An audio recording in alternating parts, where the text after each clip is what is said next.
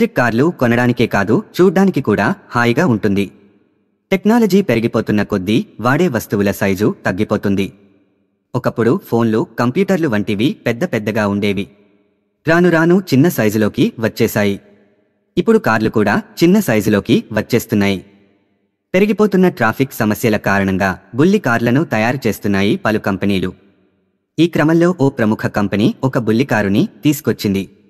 ఇప్పటివరకు మీరు చూసిన కార్లన్నీ ఒక ఎత్తు అయితే ఈ కారు మరొక ఎత్తు. చాలా చిన్న సైజులో ఉన్న ఈ కారు ఫీచర్స్ తెలిస్తే నిజంగా మతిపోవాల్సిందే. ఇద్దరు కూర్చుని ప్రశాంతంగా జర్నీ చేయవచ్చు. 3 బీర్ కేసులు పట్టేంత స్పేస్ ఈ కారులో ఇచ్చారు. దీన్ని స్మార్ట్ ఫోన్ని ఛార్జ్ చేసుకున్నంత ఈజీగా ఛార్జ్ చేసుకోవచ్చు. కారు పూర్తిగా ఛార్జ్ అవ్వడానికి 4 గంటల సమయం పడుతుంది. దీన్ని ఎక్కడైనా చాలా ఈజీగా పార్కింగ్ చేసుకోవచ్చు. కార్లు సైతం దూరలేని ఇరుకు సందుల్లో ఈ కారు దూరిపోతుంది. మోటార్ సైకిల్ కంటే చిన్న సైజులో ఉంటుంది. ఇది సన్ రూఫ్తో వస్తుంది. కారు చిన్నదే అని తక్కువ అంచనా వేయడానికి లేదు.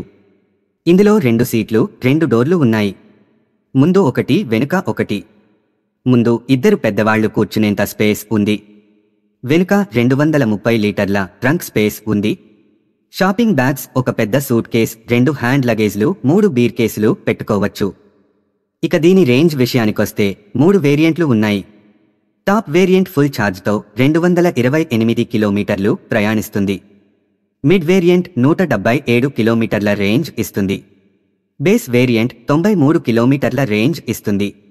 ఇక టాప్ స్పీడ్ విషయానికొస్తే బేస్ వేరియంట్ గంటకు 45 కిలోమీటర్ల వేగంతో ప్రయాణిస్తుండగా మిగతా 2 వేరియంట్లు గంటకు 90 కిలోమీటర్ల వేగంతో ప్రయాణిస్తాయి. ఈ కారు 5 సెకన్లలో 50 కిలోమీటర్ల వేగాన్ని అందుకుంటుంది. దీని కేబ్ వెయిట్ వచ్చేసి 496 కిలోలు.